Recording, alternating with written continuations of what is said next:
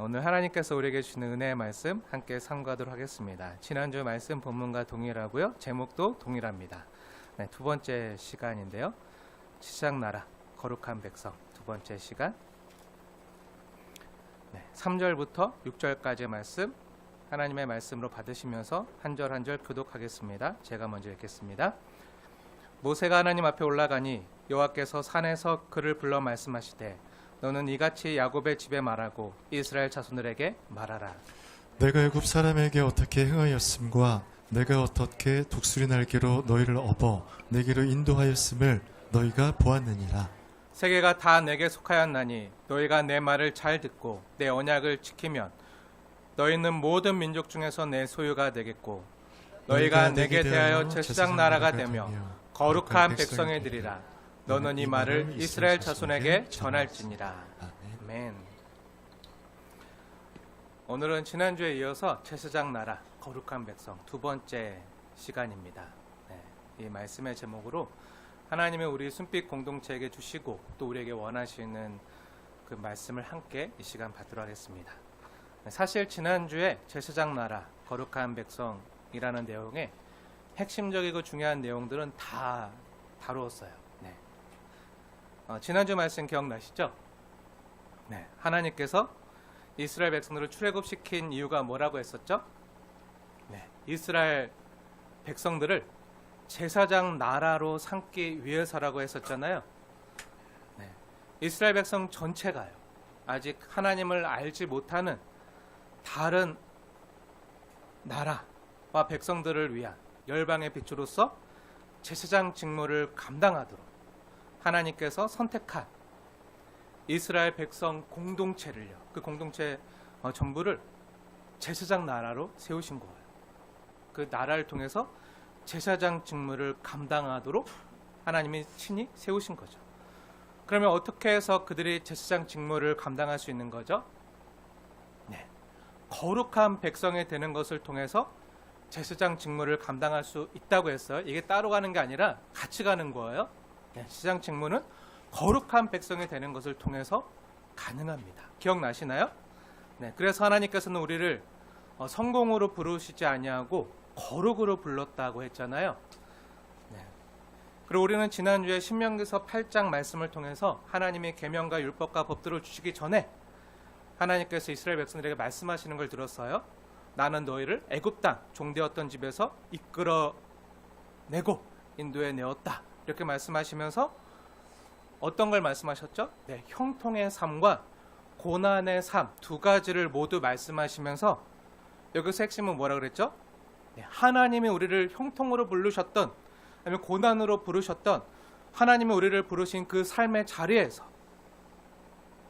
거룩한 성도의 삶으로서 제사장 노릇을 하는 게 성도의 진짜 복이라고 했어요. 기억나시죠?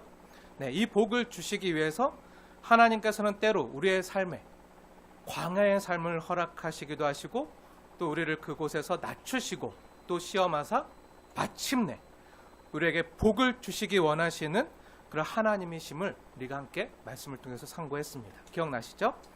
기억 안 나는 분들은 지난주 말씀 다시 한번 반복해 들어주시길 권면해 드리고요. 오늘은 지난주 예고해 드린 대로 오늘날 성경에서 사용되어지는 그 많은 용어들이 있어요. 특히 제사장이라는 용어와 관련해서 오늘날 한국교회에서 제사장이라는 용어가 잘못 오해되고 잘못 오용되고 왜곡되어 사용되는 경우가 많기 때문에 이에 대한 성경적인 대답을 하나님의 말씀을 근거로 함께 우리가 귀 기울여서 듣기 원하는데요. 사랑하는 여러분, 여러분은 제사장 하면 어떤 사람들이 먼저 떠오르십니까? 제사장 하면 저와 같이 교회에서 예배 인도하고 말씀 전하는 목회자들이 먼저 떠오르시죠? 여러분이 그렇게 말씀하시고 그렇게 생각하는 것은요 충분히 이해는 되지만 오늘 우리가 함께 읽은 본문과 또 성경 전체의 증언대로라면요 그건요 잘못 생각하시는 거예요. 제사장이 누구죠? 제사장. 예수 그리스도 안에서 성도된 여러분 자신 한 사람 한 사람이 바로 제사장이신 줄 믿으시기 바랍니다. 우리는요 누구나 예수 그리스도의 보혈을 의지해서요. 하나님께 나아갈 수 있는 만인 제사장이에요. 이걸 잊으시면 안 돼요. 이게 성경의 가르침입니다. 그럼 여러분 또 하나 질문 드릴게요. 주의 종 하면 어떤 사람들이 먼저 떠오르시죠? 네, 역시 저와 같은 목회자들, 목사들이 주의 종이라고 떠오르시죠? 그럼 질문 드릴게요. 그럼 여러분들은 주의 종이 아니신가요? 여러분도 주의 종이시죠? 네, 주의 종들이에요. 우리 다 저도 종이고 여러분도 종이에요. 네, 여러분 한 사람 한 사람도요. 예수님을 주님, 예수님을 나의 주인이라고 고백한다면요, 우리는 다 주님의 종들이에요. 여러분이 주님의 종이라고요. 주의 종이에요. 물론 저와 같은 목사를 주의 종이라고 부르는 것도 충분히 이해가 되지만요, 바른 표현은 아니에요. 그렇게 되면요, 저와 같은 목사는요, 주의 종들, 여러분은 평신도들, 이렇게 구분하는 거잖아요. 사실 저는 평신도라는 말을요, 안 좋아해서 안 사용해요. 안 써요. 아마 제가 평신도라는 말을 사용하시는 것을 아마 거의 못 들어보셨을 것 같아요. 그쵸? 거의 못 들어보셨죠? 제가 평신도라는 용어를 안 쓴다는 이유가 있어요. 그렇다고 제가 평신도라는 용어를 쓰시는 분들에게 시비 거는 거 아니에요. 네, 그런 표현 써도 돼요. 네, 남이 그런 표현 쓴다고 여러분을 정죄하거나 비난할 생각도 없고 그럴 필요도 없어요. 그냥 알아들으시면 돼요. 아, 어떤 의미로 이렇게 쓰시는구나. 그냥 알아들으시면 돼요. 근데 제가 의도적으로 안 쓰는 건요, 그런 표현들이요, 뭔가 목사는 뭔가 하나님하고 친한 특별한 능력의 종들이고, 일반 성도님들은 그렇지 않은 신자라는 뜻에서 목회자와 일반 신자들을 구분하는 표현들로 어떻게 보면 교권을 강화하기 위한 교권주의적인 용어로 많이 사용되기 때문에 제가 의도적으로 안 쓰는 거예요. 저도 종이고요, 여러분도 종이에요. 평신도라는 말 대신 성도라는 너무 좋은 말이 있잖아요. 그렇죠? 성도라는 너무 좋은 성경적인 말이 있는데 왜 이 말을 안 쓰는 거죠? 이 말을 왜 안 쓰는 거죠? 이상하게 성도라는 말 역시 교회 안에서 제일 안 쓰는 것 같아요. 교회 안에서 왜냐? 직분 없는 자들을 낮추어 부르는 말이 되었기 때문에 잘 안 쓰시는 것 같아요. 제가 예전에도 말씀드렸잖아요. 제가 예전에 어느 교회 부임해서 갔다가 어느 분에게 성도님 이렇게 불렀다가 그분이 뭐라고 하셨죠? 목사님, 내가 성도로 보여요? 나 권사예요? 권사? 막 이렇게. 네. 네. 제가 처음 부임에 가서 잘 모르잖아요. 그 직분이 뭔지 모르잖아요. 그래서 성도님하고 불렀다가 네. 아, 나 권사예요? 권사. 막 하면서 혼났어요. 네. 사랑하는 여러분, 제가 여러분에게 수십 번도 넘게 말했지만요, 성도가요, 가장 영광스럽고 가장 아름다운 호칭인 줄 믿으시기 바랍니다. 하나님이 우리에게 주신 호칭이에요. 여러분 말씀드렸지만 목사일 수 있지만요, 성도가 아닐 수 있어요. 장로나 안수집사나 권사일 수 있지만요, 성도가 아닐 수 있다고요. 성도는요, 하나님 그렇게 만드시는 거예요. 직분이 만드는 게 아니에요. 하나님의 은혜로만 받는 거룩한 아름다운 호칭이에요. 여러분, 성도가 뭐죠? 성도. 문자 그대로 하면요, 거룩할 성자에 무리 도자에서 거룩한 무리, 거룩한 백성이라는 뜻이잖아요. 그게 성도예요. 거룩한 백성. 네, 예수 그리스도의 보혈로 깨끗이 씻김 받아 하나님의 자녀가 된 거룩한 무리, 흰옷 입은 성도들. 이게 가장 영광스러운 칭호인 줄 믿으시기 바랍니다. 사랑하는 여러분, 직분을요, 계급이라고 생각하시면 안 돼요. 근데 오늘 한국교회에서 안타까운 것 중에 하나가 교회 안에서의 직분도요, 세상에서의 그 계급처럼 생각할 때가 많아요. 그래서 세상에서 완장질하던 모습 그대로 와서 교회에서 완장질하려고 하는 사람도 있고요. 어떤 사람들은 세상에서 완장질을 못하니까 교회 와서 직분 받아서 완장질 하려고 하는 사람들도 있어요. 근데 직분을 왜 주죠? 완장질 하라고 주는 게 직분인가요? 아니에요. 하나님 우리에게 직분을 주시는 건요, 교회와 지체를 섬기라고 주는 거예요. 섬기라고. 교회 직분은요, 그래서 다 섬김직이고요, 다 봉사직이에요. 저도 섬김직이에요. 봉사직이에요. 목사도요. 권위 부리는 자가 아니고 주장하려는 자가 아니라 다 섬김과 봉사를 위해서 하나님이 주신 거룩한 직분이에요. 저는 말씀과 성례의 수종을 드는 것으로 봉사하고 섬기는 거고요. 여러분은 또 각자 하나님이 주신 달란트와 은사에 따라 봉사하고 섬기는 거예요. 네, 어서 오세요. 네, 어서 오너라. 여기 앞에 자리에 앉으시면 됩니다. 네, 우리 빈이 왔어요. 내일 생일이에요. 많이 축하해 주시고 친구들도 기억하고 네, 여기 앉아 여기 같이.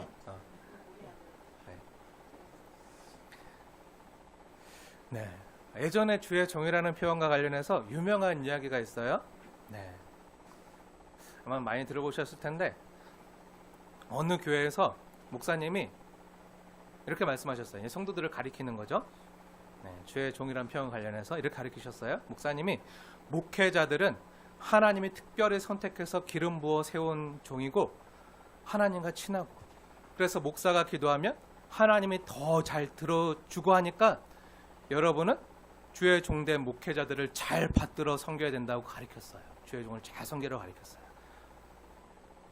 그런데 그 목사님께서 어느 성도님 집에 신방을 갔는데 이 성도님의 집이 좀 가난했어요. 이 성도님의 집이 좀 가난해서 그런지 다른 곳 신방할 때랑 조금 대접이 다른 거예요. 다른 곳에 신방 가면 산의 진미로 잘 차려진 밥상과 함께 신방 헌금이랑 감사 헌금이랑 막 이런 게 준비되어서 올라와져 있었는데 이 성도님네 집에 가니까 그냥 단촐한 예배상에 물 한 잔밖에 안 올라와 있는 거예요.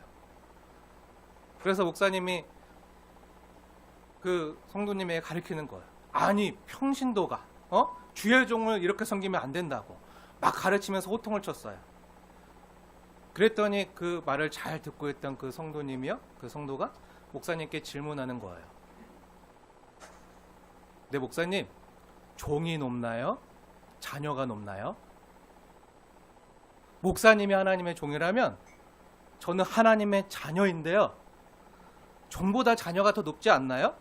하고 말했다는 일화가 있어요. 실제 있었던 일이에요. 실제 있었던 일을 각색해서 이제 들려드리는 건데 제가 왜 이런 이야기를 하시는지 아시겠나요? 네. 여러분들 이걸 악용하라고 들려드리는 거 아니에요. 목회자들을 얕보거나 낮춰보라고 말씀드리는 게 아니에요. 여러분 이 이야기를 악용하거나 이용하면 안 돼요. 사랑하는 여러분, 먼저 여러분에게 축복하는 마음으로 권면드립니다. 담임 목사인 저뿐만 아니라 저와 같은 다른 교회 목회자분들을요 정말 존중하고 존경해 주시길 부탁하고 권면드립니다.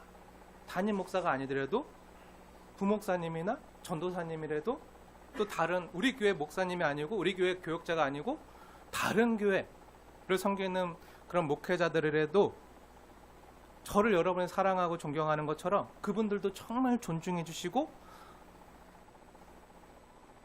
사랑해 주시길 부탁하고 권면드립니다. 함부로요 이런 말씀 절대 하지 마세요. 함부로 한국교회 목회자들은 다 썩었어, 다 회개해야 돼, 한국교회 목회자들은 다 저주받아 마땅해 하고 함부로 말하지 마세요. 가끔 그렇게 아무렇지도 않게 말씀하시는 성도님들이 계신데요 제가 듣다가 흠칫흠칫 놀랄 때가 있어요. 그건요 굉장히 교만한 거예요. 하나님이 들으십니다. 하나님이 이렇게 말씀하셨어요. 성경 로마서 2장 1절부터 3절 말씀에도 말씀하고 계시듯이 궁금하신 분들 한번 보세요. 로마서 2장 1절부터 3절 말씀인데요 이렇게 말씀하고 계십니다.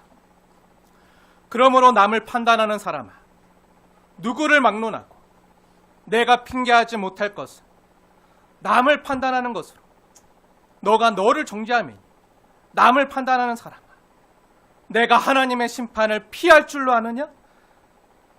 이렇게 말씀하고 계세요. 근데 만약에 여러분이 어떤 목회자, 그 목회자 썩었어, 회개해야 돼, 이렇게 말하는데요 여러분이 만약에 그 목회자보다 더 낫지 아니하면요 여러분이 어떤 목회자를 정죄하고 판단하는 하는 그것으로 하나님이 여러분을 심판하시고 판단하신다. 그럼 여러분의 더 큰 심판이 임하는 거예요. 그 목회자들의 심판은요, 하나님께 맡기세요. 여러분이 함부로 판단하거나 함부로 말씀하지 마세요. 사랑하는 여러분, 아무리 목회자가요 부족하거나 연약한 모습을 보인다고 하더라도요, 여러분이 판단하거나 정죄하지 마시고요, 우선 그분을 위해서 기도해 주세요. 기도해 주세요. 그리고 하나님께 맡기세요. 여러분이 판단하려고 하지 마세요. 정죄하지 마세요. 그게 옳은 줄로 믿습니다. 여러분이 목회자보다 더 많이 배우고 학벌이 좋더라도요, 하나님의 말씀을 전하는 말씀 사역자의 말을 들으시고 순종하시기 바랍니다. 여러분이 목회자보다 더 가진 게 많고 더 부유하다고 하더라도요, 가진 게 없는 목회자를 무시하거나, 여러분이 돈이나 물질로 목회자를 회유하거나 목회자의 마음을 얻으려거나 하지 마시고요, 또 여러분이 목회자에게 월급 준다고 생각하지 않게 되어지길 축복합니다. 어느 교회 가면요, 성도들이 내가 목사에게 월급 주는데, 우리가 월급 주는데 이렇게 생각하는 분들이 있어요. 자꾸 제가 아는 어떤 목사님은요, 가까운 목사님은 교회 섬기는데, 아니 우리가 주는 월급으로 당신이 사역하는데, 이런 얘기 듣고 바로 사임하셨대요. 왜? 그 교회는 그 사람의 교회, 주 예수님의 교회가 아니라, 하나님의 교회가 아니라 사람이 주인된 교회이기 때문에. 여러분이 주인으로 살려고 하면 안 돼요. 여러분 종이고요, 저도 종이에요. 만약에 여러분이 목회자를 함부로 그렇게 생각하거나 우리가 주는 그거로 월급 준다고 생각하면요, 여러분이 하나님 자리에 오르는 거예요. 목회자는요, 월급 받지 않아요. 사례로 생활하는, 은혜로 사는 사람들이에요. 그럼 안 주면 안 하나요? 아니죠. 못 받아도 하는 거예요. 돈 때문에 목회하는 사람 거의 없어요. 하나님 주신 은혜에 감사해서 복음의 빚진 자로서 어떻게 하면 이 복음을 전해서, 아름다운 복된 소식을 전해서 하나님께로 인도할까, 그 마음 때문에 다들 안수받았고요, 그거로 가는 거예요. 근데 만약에 그렇게 초심을 잃어버리고 잘못 가는 분을 발견하시거나 그분들이 보이시면 여러분 그분을 위해서 기도해 주세요. 함부로 판단하거나 정죄하지 마시고 기도해 주시고 하나님께 맡기세요. 하나님이 하시는 거예요. 여러분 대신하려고 하지 마세요. 저 역시도 목회자들은요, 성도님들을 천하보다 귀한 영혼으로 사랑하고요, 성도님들은 또한 목회자를 동일한 마음으로 사랑하고 존경하게 되어지길 축복합니다. 그게 아름다운 교회예요. 그래야 교회가 평안하고 아름다운 거예요. 근데 여러분은 저를 왜 사랑하시고 왜 존경해 주시고 왜 존중해 주시는 거죠? 제 이호수라는 개인이 대단하거나 뭔가 잘생겨서나 잘나섭니까? 아니죠. 저를 잘생겼다고 생각하는 사람은 제 아내랑 엄마밖에 없다고 했잖아요. 네. 네. 제 아내가 제 외모 때문에 결혼했대요. 네. 네. 근데 다른 사람이 제 외모에 반해서 큰일 났죠. 이것도 은혜예요. 네. 네. 근데 제가 잘생겨서도 아니고요, 제가 뭔가 대단해서도 아니고요, 제가 뭐 잘하는 게 있어서도 아니에요. 제가 잘하는 거 진짜 1도 없잖아요. 여러분이 제일 저에게 많이 하시는 게, 목사님 진짜 잘하는 게 1도 없으시네요, 이런 말 제일 많이 하시잖아요. 네. 저는 그게 감사해요. 그래서 제가 잘하는 것만 하려고 그래요. 오래 앉아서 기도하고 말씀 연구하고. 네. 네. 그런데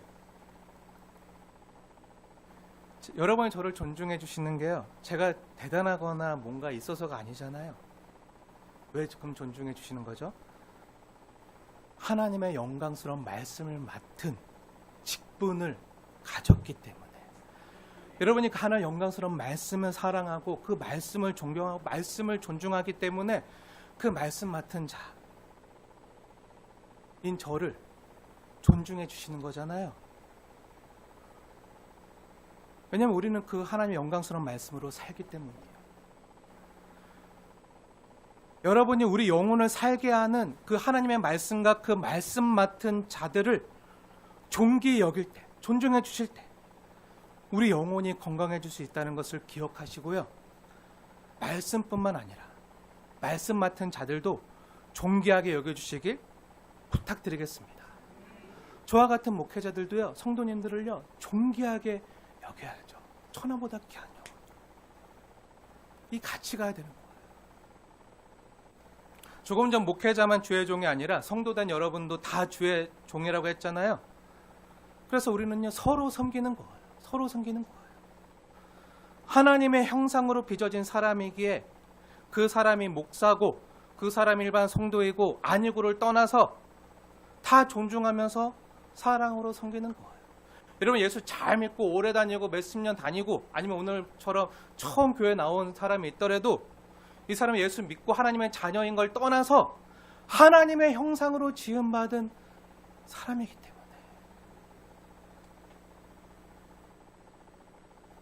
존중하는 거예요.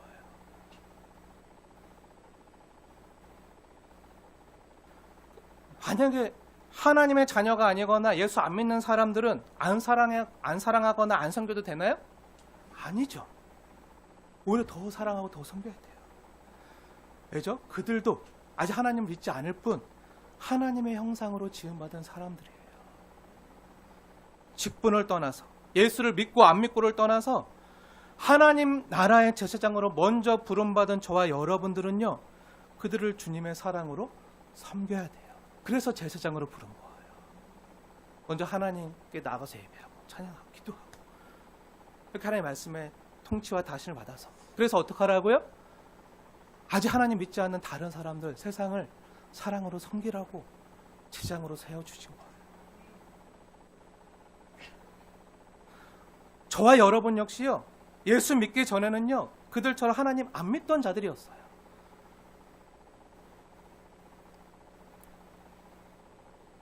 그런 우리가 어떻게 예수를 믿게 된 거죠? 누군가 우리에게 복음을 전해 주었기 때문에.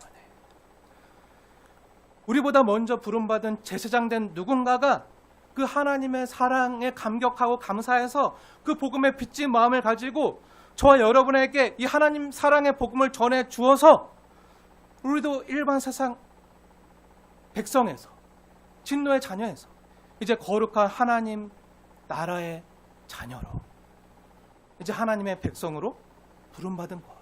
이걸 잊으시면 안 돼요. 성경적으로 정확히 말씀드리겠습니다. 성도님들은요, 주의 종이에요. 잊으시면 안 돼요. 성도가 주의 종이고요. 성도가요, 왕 같은 제사장이고요. 성도가요, 하나님의 자녀예요.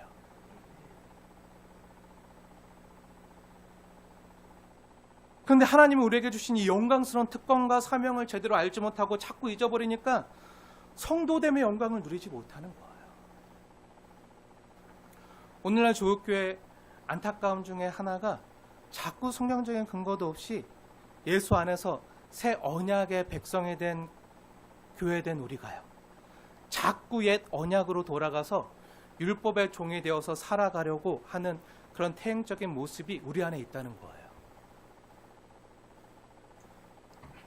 우리 주 예수님께서 율법을 온전히 완전히 성취하셨어요. 믿으십니까? 예수님께서 율법을요, 성취하시고 완성하셨어요. 그 예수님을 믿으시면서도 실제로 교회 생활을 할 때는요, 자꾸 예수님이 오시기 전에 구약의 율법 아래 사는 것처럼 생각하거나 행동할 때가 많아요. 그러니까 자꾸 누가 제사장인가, 누가 기름 부음 받은 종인가, 누가 선지자인가 할 때 자꾸 율법 아래 사는 것처럼 나는 아니지, 저희 목사님이 그런 분들이지 하고 자꾸 그런 생각을 하고 난 아니야 하면서 뭔가 율법 아래에서 뭔가 자꾸 율법의 종이 되어서 먼저 통제를 받으면 살려고 그래요. 사랑하는 여러분, 성경적으로 말씀드리겠습니다. 가장 먼저는요, 가장 우선적으로는 예수님께서 제사장이시고 예수님께서 선지자시고 예수님께서 왕이십니다. 예수님께서 이 삼중직을 다 감당하셨고 성취하셨고 완성하셨어요. 이 삼중직을 가지신 예수님께서 저와 여러분을 죽기까지 섬기시기 위해서 이 땅에 오셔서 예수님께서 친히 세례를 받으시고 물에서 올라오실 때 어떤 일이 있었죠? 하늘이 열리고 성령님께서 그분 위에 내려오셨어요. 그리고 하나님께서 친히 하나님의 아들이신 예수님을 성령으로 기름 부으신 거예요. 그리고 그분은요, 그 기름 부음 받으신 예수님께서는요, 겸손의 왕으로 또 하나님의 종으로 살다가 죽으시고 다시 살아나셨어요. 하늘에 오르셔서 하나님 보좌 우편에서 지금 왕으로 통치하고 계세요. 또 왕으로 다시 오실 거예요.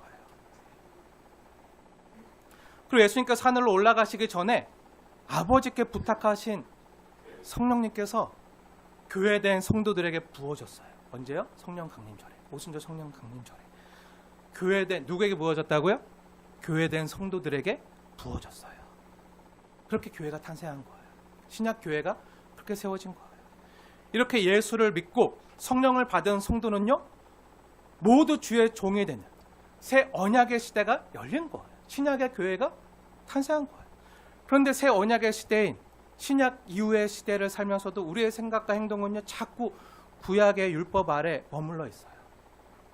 그리고 조국교회에서는 그동안 목회자들이, 물론 저와 같은 자들의 잘못인데, 목회자는 하나님이 특별히 세우신 기름 부음 받은 주의 종들이고 여러분은 그냥 백성, 평신도고. 그러니까 목사들은 기름 부음 받은 능력인 종들이니까 일반 평신도들은 이 주의 종들의 말씀을 잘 듣고 잘 섬겨야 복을 받고, 못 섬기면 벌을 받고 저주받고 하는 이상한 복음 아닌 것들을 가르쳤어요. 만일 저와 같은 목회자만 제사장이고요, 성도님들은 구약에서처럼 그냥 백성이라고 생각한다면요, 안 돼요. 만약 여러분이 그렇다면요, 여러분들 교회 나올 때 양 한 마리씩, 염소 한 마리씩, 소 한 마리씩 끌고 와야 돼요. 없는 분들은 치킨이라도 닭 한 마리라도 끌고 와야 돼요. 왜죠? 동물 제사를 드려야 돼요. 그러면 여전히 구약 아래에서 율법 아래에서 살고 싶으면요, 그 제사장, 그분들이지, 나는 그냥 그러지 하면서 늘 우리 주일 예배 드릴 때마다 여기서 동물 제사를 드려야 돼요. 만약 여러분 그렇게 생각한다면. 근데 우리가 왜 안 하는 거죠? 예수님 완성하셨잖아요. 예수님 완성하셨잖아요. 근데 실제로 어느 미국의 어느 교단에서는 구약의 제사가 회복되어야 된다면서 구약의 제사를 드리는 교회가 있어요. 분명히 말하지만요, 이단입니다. 근데 그런 교회가 있어요. 그건요, 십자가의 원수가 되는 거예요. 물론 우리가 구약의 제사 제도를 잘 이해하고 배울 필요가 있어요. 나중에 레위기 할 때 잘 배울 거예요. 이미 지난번에 한번 가르쳐 주셨어요. 구약의 제사에 대해서 잘 알려드렸어요. 그걸 우리가 배울 필요가 있습니다. 구약의 희생제사나 번제나 화목제 같은, 속죄제 같은 그런 동물 제사를 드릴 때 어떻게 드렸는지 알 필요가 있어요. 그런데 그런 모든 제의나 제사 제도가 십자가에서 예수님에 의해서 영 단번에 드려지신 예수님의 그 희생 제사로 인해서 다 폐지가 되었어요. 완성이 된 거죠. 그런데도 다시금 오늘날에도 마지막 날에 구약의 제사가 회복되어야 된다면서 구약의 동물 제사를 부활시키려고 하는 것은요, 예수님의 십자가의 죽으심을요, 헛되게 만드는, 무가치하게 만드는 복음의 원수가 되는 거예요. 다른 복음이에요. 가짜 복음이에요. 사랑하는 여러분, 현혹되거나 미혹되지 마십시오. 그럼에도 불구하고 오늘날에도 성경을 문자주의적으로 해석하는 세대주의 신학의 영향을 받은 몇몇 단체나 교회에서요, 막 제3성전 운동을 벌이면서 마지막 날에 구약시대의 제사가 회복되어야 된다고 말하는 사람들이 있어요. 아닙니다. 잘 분별하세요. 이에 대해서는 지난번 수예배 때마다 다니엘서 강의할 때, 그 중간기 강의할 때, 또 특별히 감난산 강의할 때 마지막 때에 있어질 징조들에 대해서 제가 여러 번 자세히 강의해 드렸잖아요. 그때 여러 번 말씀드렸기 때문에 궁금하신 분들은 그때 말씀 파일을 다시 찾아 들으시길 권해드리고요. 오늘은 시간이 없어서 자세히 못 다룸을 양해해 주세요. 우리가요, 이 새 언약 시대에 살면서 자꾸 옛 언약 시대로 돌아가서요, 율법 아래 살아가려고 하는 마음과 생각이 있어요. 그래서 그런 행동을 할 때가 있어요.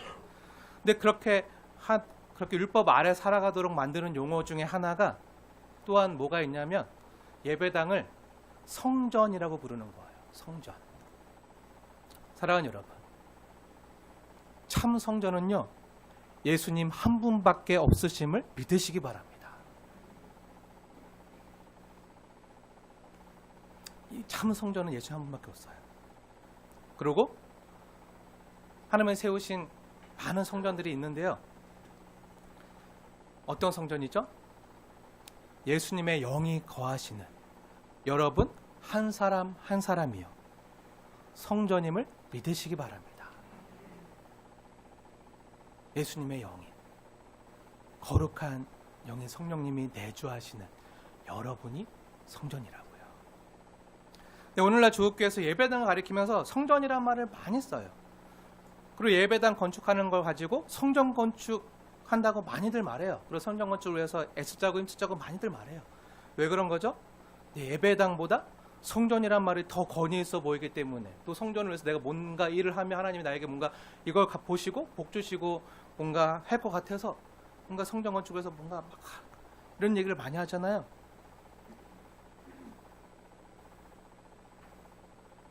예전에 저에게 어떤 분이, 어떤 성도님이 이렇게 물어보셨어요. 예전에 그분의 질문이에요. 아니 목사님은 왜 성전을 성전이라 안 그러고 예배당이라고 자꾸 그래요? 뭔가 잘못된 거 아니에요? 틀린 거 아니에요? 라고 물어보신 성도님이 계세요. 네, 정확히 다시 말씀드리겠습니다. 다시 말씀드리지만요, 참 성전은요 예수님밖에 없으십니다. 그리고 그 예수님이, 참 성전 대신 예수님의 영이 거하시는 여러분이요 바로 성전이에요. 그리고 이 건물은요 그냥 예배 처소예요. 예배당입니다. 예배당. 교회 당이라고도 말할 수 있겠죠. 네, 구약 시대에는요 솔로몬 성전, 수르바벨 성전 같은 성전이 있었어요. 예루살렘 성전이 있었어요. 하나님의 임재와 하나님의 통치 상징으로 있었어요. 그리고 예수님 당시에도 성전이 있었죠. 신약성경 보면 그 예루살렘 성전에서 막 이런 얘기 나오잖아요. 근데 예수님 당시에 있었던 성전은 뭐죠? 그 예수님 당시에 있었던 예루살렘 성전 역시요 수르바벨 성전을 그 바벨론 포로에서 돌아와서, 솔로몬 성전 이미 다 무너졌었고, 무너진 그 성전을 그 바벨론 포로에서 돌아와가지고 다시 건축했잖아요. 수르바벨 성전을 지었잖아요. 근데 그 수르바벨 성전이 너무 초라했어요. 그래서 나중에 헤롯이요, 예수님 시대 때 헤롯이 그 유대인들의 환심을 사기 위해서 멋지게 아름답게 리모델링하고 증축한 게 예수님 당시에 나오는 예루살렘 성전이에요. 그런데 그 돌로 만든 성전이 어떻게 되었죠? 그 돌로 만든 성전이 예수님의 말씀대로 돌 하나도 돌 위에 남기지 않고 다 무너졌잖아요. 그리고 예수님께서 성전에 대해서 뭐라고 말씀하셨죠? 예수님께서 성전에 대해서 어떻게 우리에게 가르쳐 주셨죠? 요한복음 2장을 보세요. 요한복음 2장에서 이 성전을 헐라, 내가 사흘 동안에 일으키리라 말씀하셨잖아요.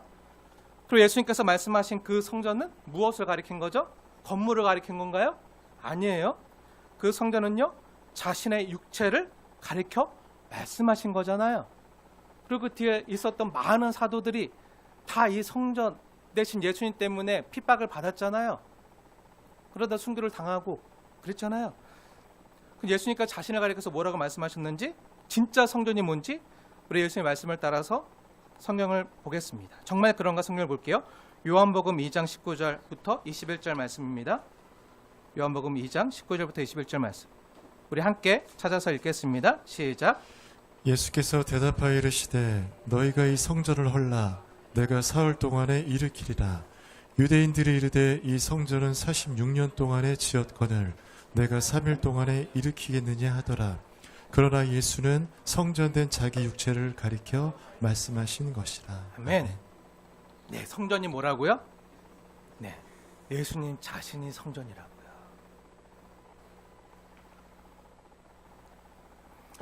그리고 예수님께서 십자가에 달리신 제명 중에 하나가 뭐였죠? 바리새인과 서기관들, 율법학자들과 제사장들이 예수님을 왜 십자가에 못 박아 죽인 거죠? 성전 모독죄가 있었잖아요. 예수님께서 그렇게 가르치셨다.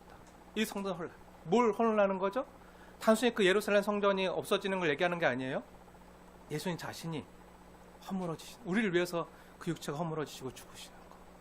그래서 이 땅에 진짜 성전을 세우시기 원하는 거예요. 예수님 죽으심으로 우리 안에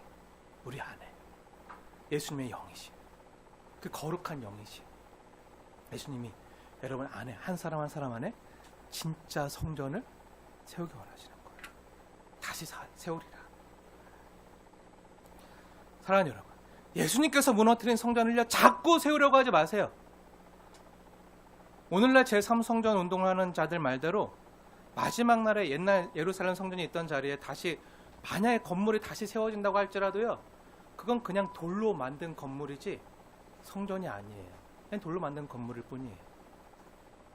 예수님만이 참 성전 되시고 예수님의 영이 거하시는 여러분이요 바로 성전이에요. 우리가 예배드리기 위해서 모이는 이 장소는요 그냥 예배 초소예요. 예배당.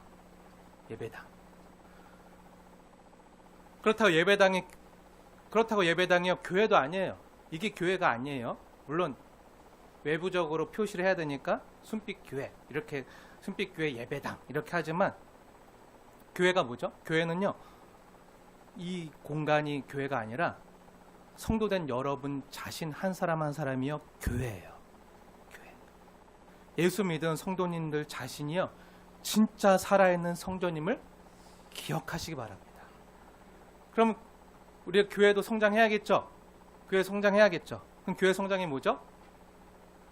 우리 교회 건물 사이즈가 커지거나 교회 평수가 늘어나거나 교회들의 숫자가 많아지는 게 교회 성장인가요?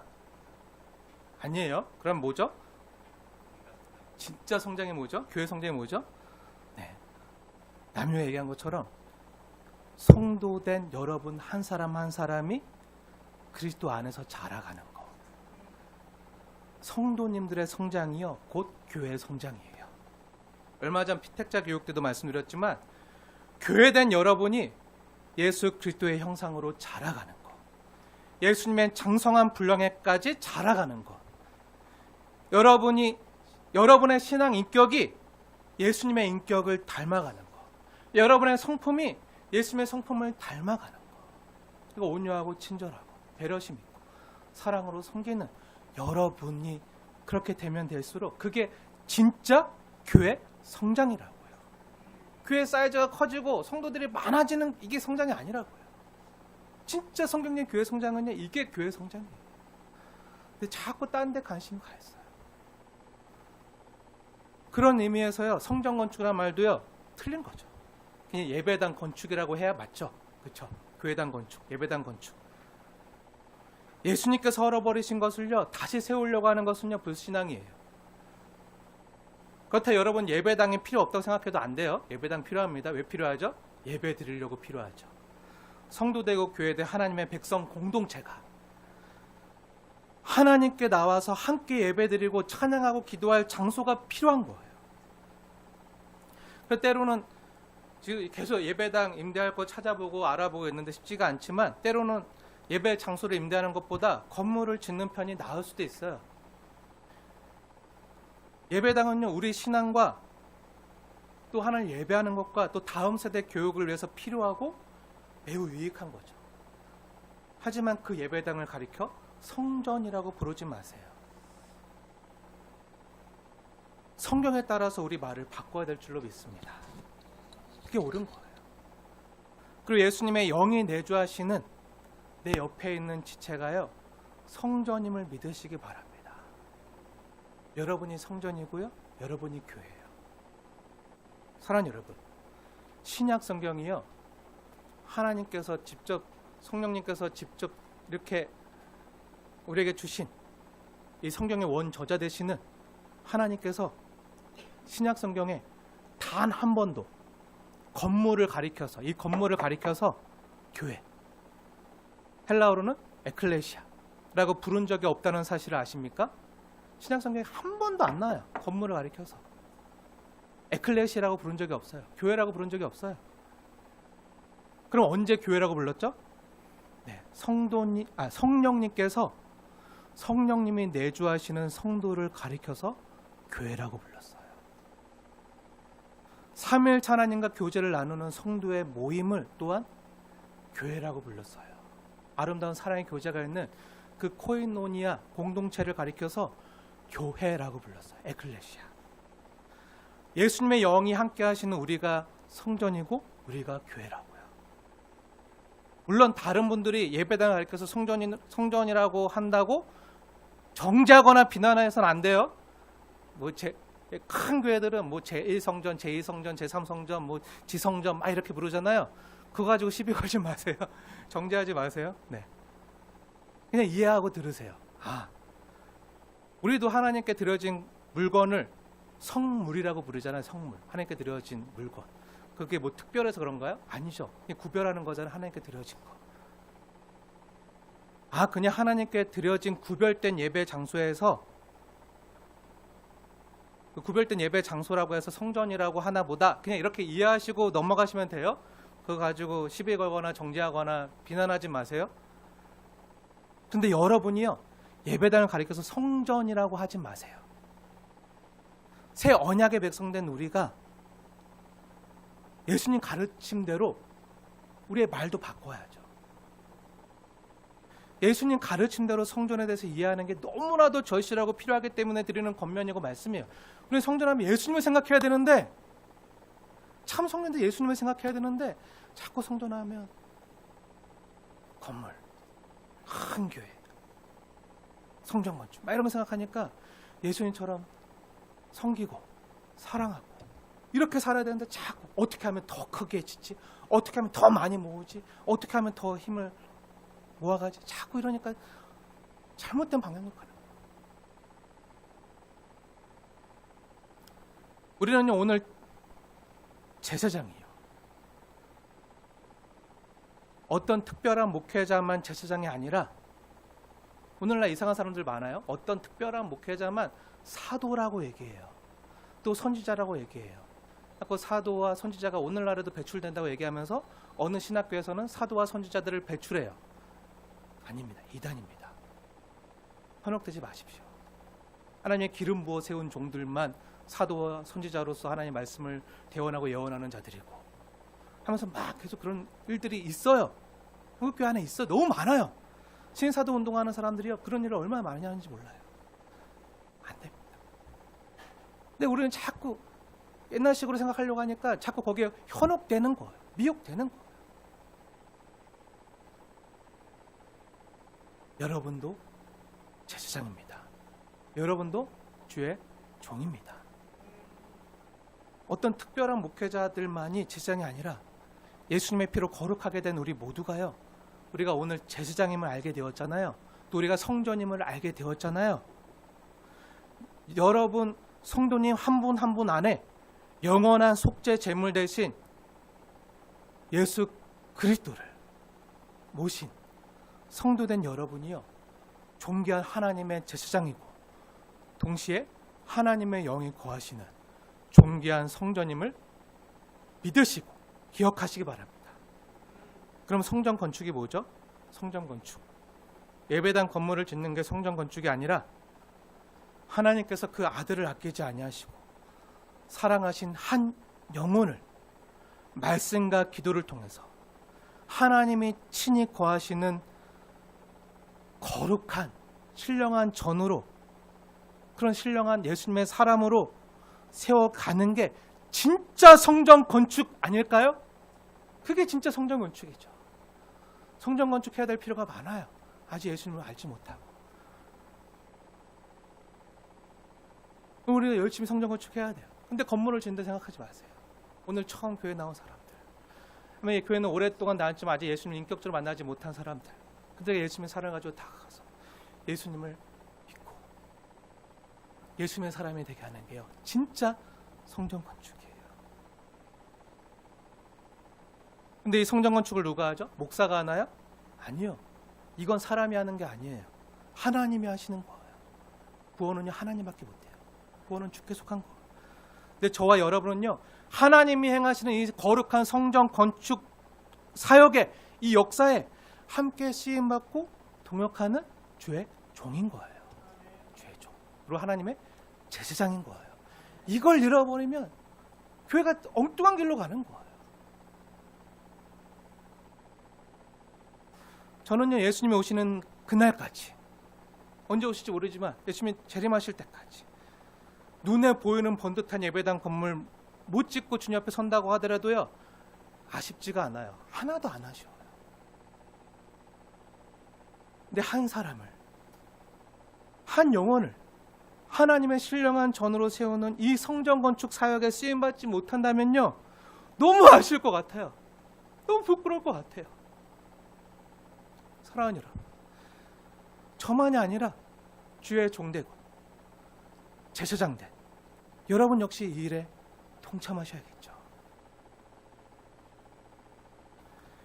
이게 진짜 제사장 직무고요, 제사장 역할이에요. 저와 여러분이 이런 제사장 직무를 감당하기 위해선 그럼 어떻게 살아야 된다고 했었죠? 네, 거룩하게 살아야 된다고 했어요. 거룩하게. 제사장 직무를 감당하기 위해서 필요한 전제 조건이 있는데요, 거룩한 백성 되는 거예요. 출애굽한 이스라엘 백성들이 그냥 제사장 나라가 됐나요? 아니죠. 예수님이 홍해를 건너게 하면서 세례하시고, 또 그 강야에서 만나를 내리시고, 반석에서 물을 내시고, 다 예수님과 연관되어 있잖아요. 예수님과 합하여, 예수님과 합하여, 예수님의 그 피로 씻어, 예수님 먹이심으로, 다시 살게 하심으로 거룩한 백성이 되게 하신 거잖아요. 그리고 그 거룩을 유지하고 지켜가라고 말씀하셨어요. 그리고 그 거룩한 백성들에게 제사장 직무를 감당해라, 제사장 나라가 되라. 그럼 근본적인 질문 드릴게요. 여러분, 제사장이 왜 필요하죠? 제사장이 왜 필요하죠? 하나님께서 이스라엘 백성들을 왜 제사장 나라로 부르시고 우리를 예수 안에서 왕 같은 제사장으로 이렇게 부르신 거죠? 왜죠? 네, 우선은 하나님을 예배하고, 그리고 왜 부르셨죠? 아직 하나님을 알지 못하는, 하나님과 화목되지 못한 일반 백성들이 있기 때문이죠. 아직 하나님을 알지 못하는 저 사람들이 하나님의 사랑을 알 수 있도록 열방의 빛으로 세우신 거예요. 어둠 가운데 있는 이들에게 빛을 비춰주심으로 정말 빛 대신 예수님께로 나올 수 있도록 우리를 제사장으로 불러주신 거예요. 하나님께서 우리를 제사장으로 부르신 자리는요, 그래서 세상이에요. 세상이에요. 우리가 그래서 세상에 살지만 세상에 속한 자가 아니라 하늘에 속한 자로서 세상에 속한 백성들을요, 주님께로 돌아오게 하기 위해서, 하나님께로 속하게 하기 위해서 우리를요, 제사장으로 세우시고 우리를 먼저 부르신 거예요. 그럼 그들이 주님께로 돌아오게 하기 위해서 보여줘야 될 건 뭐죠? 네, 주님께서 우리에게 보여주셨듯이, 예수님이 우리에게 알려주셨듯이 가장 중요한 건 거룩이고요, 진실한 사랑과 섬김의 모습이에요. 예수님이 우리를 정말 진실하게, 진심으로, 전심을 다해서 죽도록 사랑하셨잖아요. 죽기까지 섬기셨잖아요. 이런 모습으로 섬겨야 돼요. 지난주에 말씀드렸던 교회 기억나시나요? 모두가 힘든 코로나를 겪고 있을 때 어느 한 상가 교회가 자기들도 비대면 예배하면서 모이지 못하는 가운데 어느 한 상가 교회가 같은 건물에 새들어 있었던 어려운 자영업자들을 찾아가서 물질로 마음으로 섬겼던 이야기를 해주었잖아요. 교회는요, 그래야 돼요. 성도는요, 그래야 돼요. 어려운 이웃들과 함께 울고 함께 웃는 교회의 모습을 통해서 세상은요, 주님이 어떤 분인지를 보게 되는 거예요. 이 땅의 제사장으로 부름받은 저와 여러분은요, 하나님 앞에 살지만 또한 아직 하나님을 알지 못하고 믿지 못하는 이방인 중에 살고 있음을 기억해야 돼요. 열심히 찾을 영혼들이 많아요. 하나님 다시 찾을 영혼들이 많아요. 그들 중에 우리가 살고 있음을 기억해야 돼요. 우리가 예배를 마치고 교회를 나설 때요, 막 예배를 나서면서 막 싸우고 찡그리고 성내고 화내는 모습을 또 밖을 나선다면 이 주변 사람들이 뭐라고 생각할게요? 뭐라고 생각할까요? 아, 저 순빛교회 다니는 사람들은 네, 그런 모습이 아니라 우리가 교회를 나서면서 환하게 웃고 서로 인사하고 정말 행복하게 다음 주에 또 봐요 하면서 막 승리하세요, 이제 기도할게요, 힘내세요, 이런 모습으로 이렇게 아름답게 헤어지는 모습을 본다면 그리고 웃는 모습을 본다면, 환한 모습을 본다면 이 지역에 있는 이웃들이요, 아, 저 교회는 서로 사랑하는 교회인가 보다, 행복한 교회인가 보다 하고 느끼겠죠. 그럼 우리끼리 하하호호 행복해하고 우리끼리 이러면 다 되는 건가요? 우리끼리 뭐 좋아하고 서로 죽고 못 살고 우리끼리 하하호 하면 끝나나요? 아니죠. 그럼 우리끼리 여기서 크게 찬양하고 기도하면서 예배하는 모습을 보여주고 전도지 나눠주면 그거로 끝나나요? 그거로 되는 건가요? 물론 그것도 너무 중요하지만 하나님을 안 믿는 세상 사람들은요, 그런 거 관심 없어요. 그런 거로 감동받지 않아요. 그럼 무엇으로 그들의 마음이 움직이는 거죠? 우리가 이웃을 섬기며 사랑하는 모습을 통해서 그들의 마음이 통하는 거예요. 세상 사람들은 사회에서는 나를 받아주는 사람 없고 인정해주는 사람 없고 거들떠도 안 보는데, 그러니까 내 모습이나 내 직장이나 내 학력이나 어떤 것과 상관없이 있는 모습 그대로 존재만으로 사랑해주고 품어주고 이해해주고 말 걸어주고, 이런 모습을 통해서 아, 하나님이 사랑이신가 보다, 아, 여긴 정말 사랑이 있구나, 이걸 통해서 사랑이신 하나님을 보는 거예요. 하나님 영이시잖아요. 보이지 않잖아요. 사람이 하나님 봤다가 죽잖아요. 거룩하는. 근데 하나님은요, 하나님의 얼굴을요, 예수 그리스도를 통해서 보여주셨어요. 나를 보는 자는 내 아버지를 보았다. 예수를 통해서 하나님의 얼굴을 보여주셨어요. 또 예수를 믿는, 예수님 우리 안에 계시잖아요. 우리를 통해서 하나님의 얼굴을요, 세상에 보여주길 원하세요. 하나님의 사랑을요, 세상에 보여주기 원하시는 거예요. 우리가 이웃을 섬기며 사랑하는 모습을 통해서 그들이 하나님을 보는 거예요.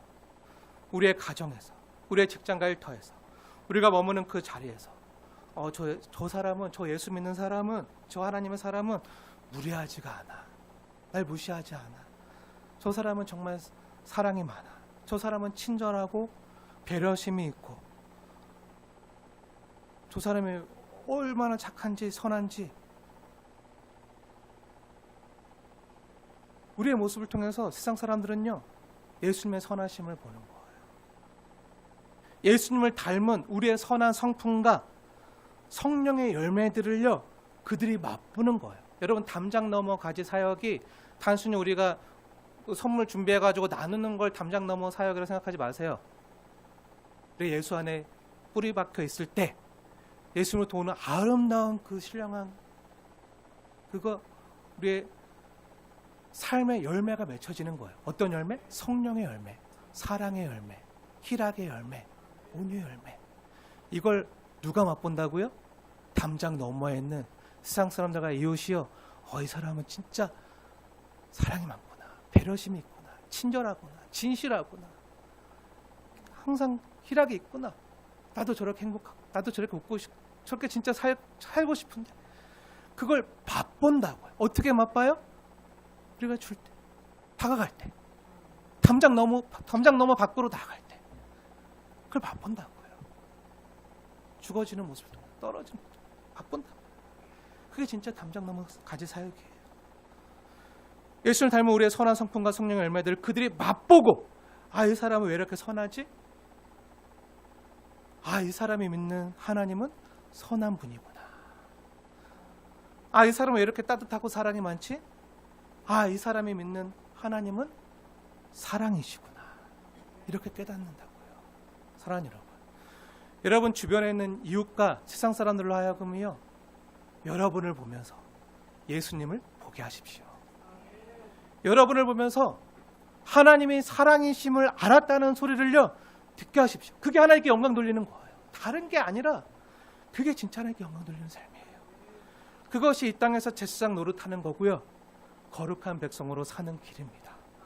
주님이 맡기신 왕 같은 제사장이요, 거룩한 백성의 사명을요, 감당하세요. 이건요, 아무나 못해요.